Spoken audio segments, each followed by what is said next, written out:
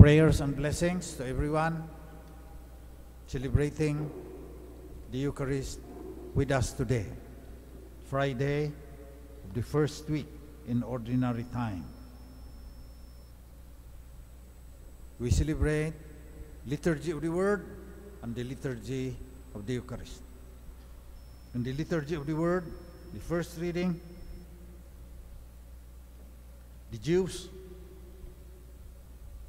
gaya-gaya putumaya, they wanted to have a king like the other nations, to lead them in warfare and fight their battles. And Samuel warned them, if you have a king, he will tax your possessions, will take away your daughters to serve, and your sons will become soldiers. He will take your sons, assign them to his chariots and horses, and they will run before his chariot. He will tithe your flocks, and you yourselves will become his slaves. The Israelites said, we would like to have a king. So the Lord said, grant their request and appoint a king to rule over them. And we know from the Old Testament their experience of the king. Sometimes they were good, sometimes they were not. And since the time of Samuel until today, people, nations have been experimenting with various types of administering large groups of people. Kasi ang dami natin, kailangan natin ng kaayusan. So anong uring gobyerno? So many, after years of experimentation, have accepted democracy, the rule of the people, according to Abraham Lincoln, by the people, of the people, for the people. But like the monarchy, there are very few kings now. Most are democratic countries, except for communist ones. Democracy is also not very successful if the assumptions are not done. For example, in the Philippines, guns, goons, and gold during election. Terrorism, tatakutin ka ng guns at saka goons. Kung hindi ka matatakot, bibiling ka. Eh maraming nagpapabili. Ngayon, usap na naman, magkano kayang ibibigay ni Gob at saka ni Kong sa akin? So hindi talaga tunay na demokrasya yung sa atin. Hindi natutupad yung nakalagay sa saligang batas. Dahil mga makasalanan din tayo. Yung mga kandidato, gusto lang ng kapangyarihan, tapos yayaman sila. May isa pang nag-analyze, parang business ang demokrasi sa Pilipinas, ang eleksyon. Gagasta ka ngayon, tatapal mo sa mukha ang mga mukhang pera, na marami naman dito sa Pilipinas din, bawi mo yan.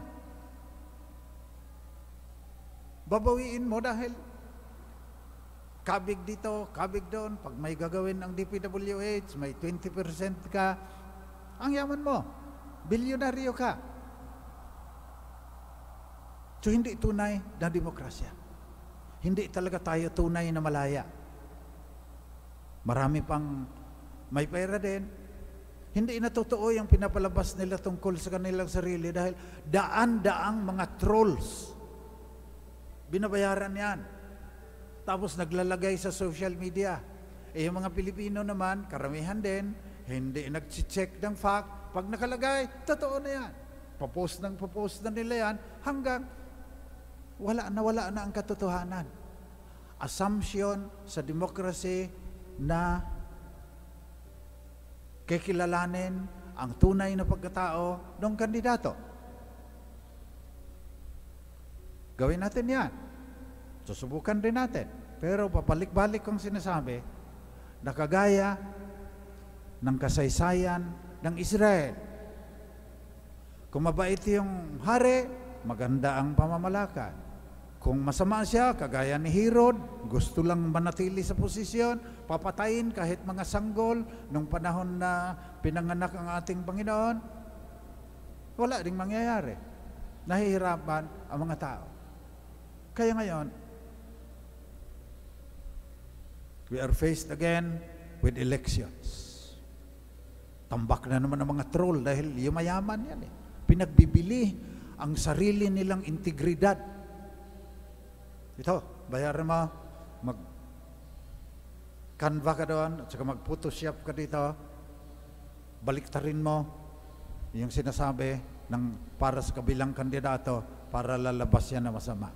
Bayaran. Makasalanan. So balik tayo sa Ebanghelyo. Jesus, nagpapatawad ng kasalanan. Hanggang hindi tayo babalik sa Kanya, hindi natin mapagtagumpayan yung karupukan sa ating puso. We are sinners. Sabi pa ni William Barclay, we are sinners not because we commit sin, but we commit sin because we are sinners. Without God, we will always rule ourselves in a terrible way. Kung walang integrity, yung bumuboto, nababayara. Kung walang integrity, yung pinipili, yung mga kandidato, ganito pa rin tayo. Kailangan pumili na natin na maganda sana na makakristyano, makadiyos, nakalagay sa saligang batas natin yan eh. Na ang kanyang pamamalakad sana, makadiyos, makatao, nakalagay sa saligang batas. Iba ang pamamalakad. So hanggang hindi natin kikilalanin ang ating karupukan, na kung hindi tayo tatanggap ng absolute, ng transcendent, ng imminent, ng immanent God with us, who can forgive sins, our sins will continue to make it difficult for us. Lalo na ngayon na may COVID. Yung bansa natin, may mga survey, hindi maganda ang pamamalakad sa COVID. Mabuti na lang, mainit-init dito sa atin, kaunti lang tinatamaan kumpara sa Amerika halimbawa. Pagkatapos, may economic disruption pa. Ay kailangan magaling siya sa global economy. Tapos may dadating pa na climate change. Paano tayo, pamamahalaan, sino ang pipiliin natin para sa tambak-tambak na problema na ito, makaalpas naman tayo. Hindi naman tayo matatabunan ng mga pagsubok. So, kailangan ba natin ng hari? Gaya ng sinabi sa Book of Samuel, we too must be like other nations, with the king to rule us and lead us in warfare and fight our battles. Our country has to be defended. Kung may maniniil, kailangan pagtanggol. Pagbibili ba natin, ang pagtatanggol ba natin, pagbibili natin ang ating sariling dangal, balik tayo doon sa kasalanan. Sabi ng Santo Papa, kailangan makisangkot sa politika ang mga Kristiyano. Yung malinis na politika. Kasi kailangan ng politika para maayos ang bansa. Pag hindi maayos ang bansa, hindi rin maayos ang simbahan. Kasi yung mga miyembro ng simbahan, mamamayan din naman ng pamahalaan. Pinagbabawal sa mga pare ang mangampanya para sa isang kandidato. Nakakahiya nga naman niya.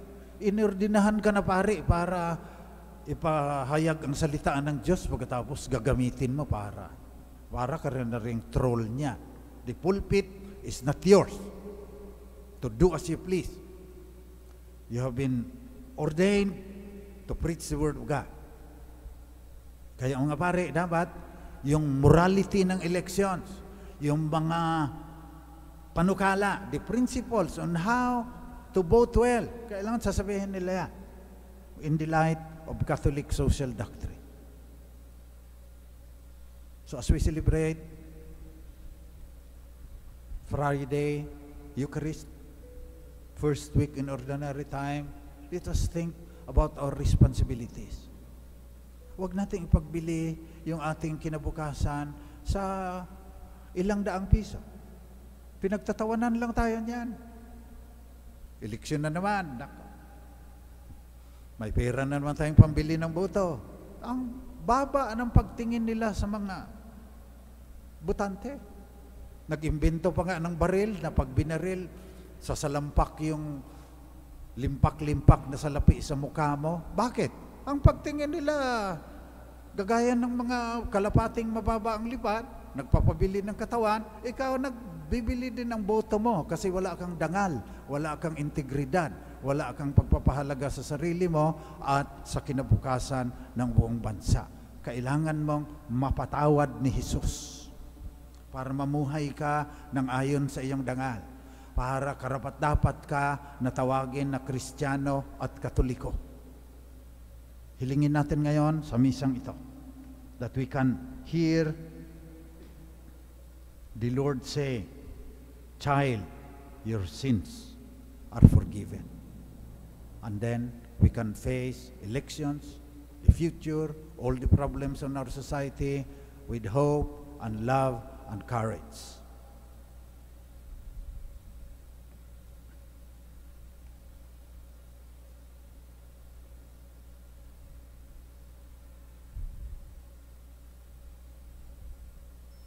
Prayers of the faithful.